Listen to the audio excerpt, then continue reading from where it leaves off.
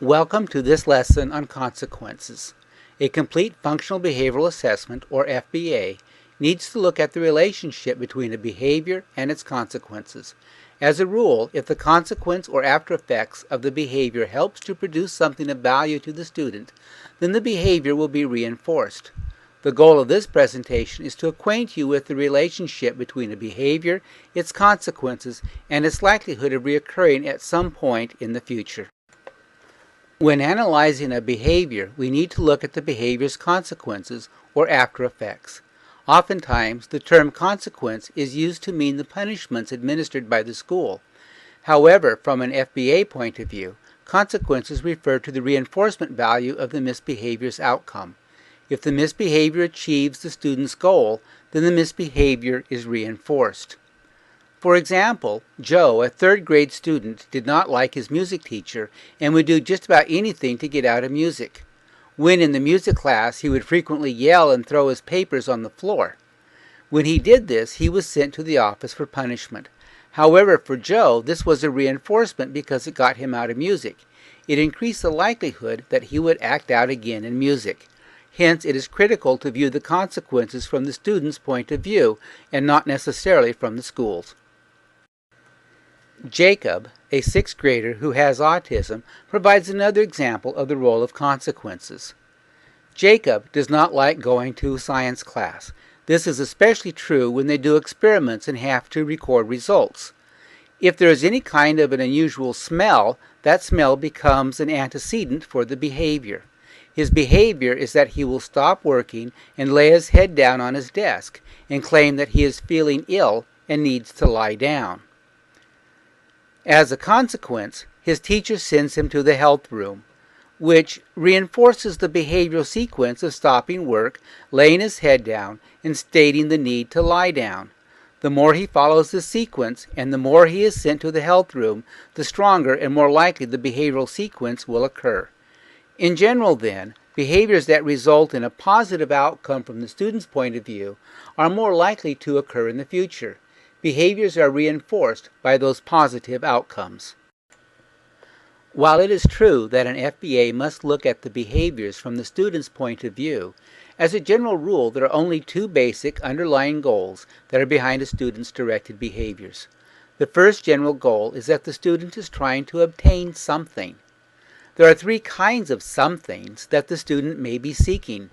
The first something is some kind of internal stimulation. Mary can become very destructive of stereo speakers. When soft music is playing through them, she will touch the speakers and sometimes remove the cloth coverings and put her hands directly on the speaker cones. This can often damage the cones. Mary loves the feel of speakers as they vibrate when playing music. She will keep pressing the speakers, sometimes too hard, and will damage them. The FBA determined that the consequence was the pleasure she felt from the vibrations of the music playing through the speakers. The second something is attention. Andre will often scream and shout when he is left on his own. Whenever he starts this behavior, one of the paraeducators comes over to try and quiet him down, which is usually successful as long as the paraeducator remains with him. In this case, the FBA determined that the goal was the paraeducator's attention, and that shouting behavior is reinforced each time the paraeducator arrives. The third something is an object or activity. Billy likes to play games on the computer. It doesn't matter to him whether the game is instructional or just for fun, as long as he gets to play. When he is finished with the task, the first thing he does is to run to the computer to play games located in his folder. Although his teacher tells him to wait and get permission to go to the computer, Billy refuses to comply and runs to the computer. Sometimes his teacher allows him to stay at the computer. Other times his teacher will insist that he leave. Billy will usually leave the computer when asked, but then run back to it at the next opportunity. The FBA determined that the goal of the behavior was to play games on the computer. Each time he ran to the computer and played, the consequence reinforced the behavior of not waiting for permission.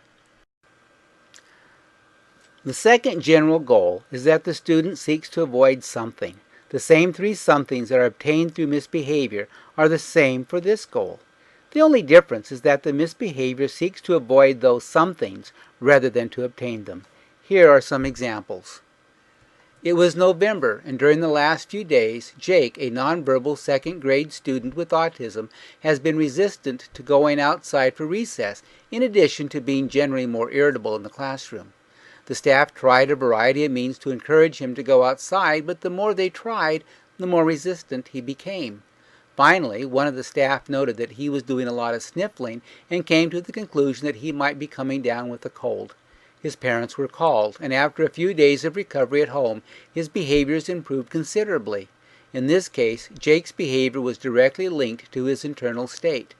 He resisted going out because the cooler November air tended to increase his discomfort. Bertram tended to be a shy boy. On occasion, when walking in the classroom or hallway, he would drop a paper, pencil, or some other object he was carrying. If this happened when there were other students around, he would give out a soft cry, drop any remaining items in his hand, and run away. He did not like the attention he was getting from the other students over his mistake and ran away to avoid that attention. Billy, an elementary school student with autism, doesn't like to go to his reading class. He will go when he is escorted by a staff member, but once Mr. Ed, the reading paraeducator, comes near Billy, he will bolt and run out of the classroom. The team decided that it wasn't reading itself that was a problem, but that Billy did not like Mr. Ed. As you can see, it is of vital importance to understand what is reinforcing the misbehavior, or what are the misbehavior's consequences. It is also critical to understand the relationship between the behavior and its consequence from the student's point of view. Once we understand this relationship, we can develop specific interventions to alter that relationship so that the behavior is no longer reinforced.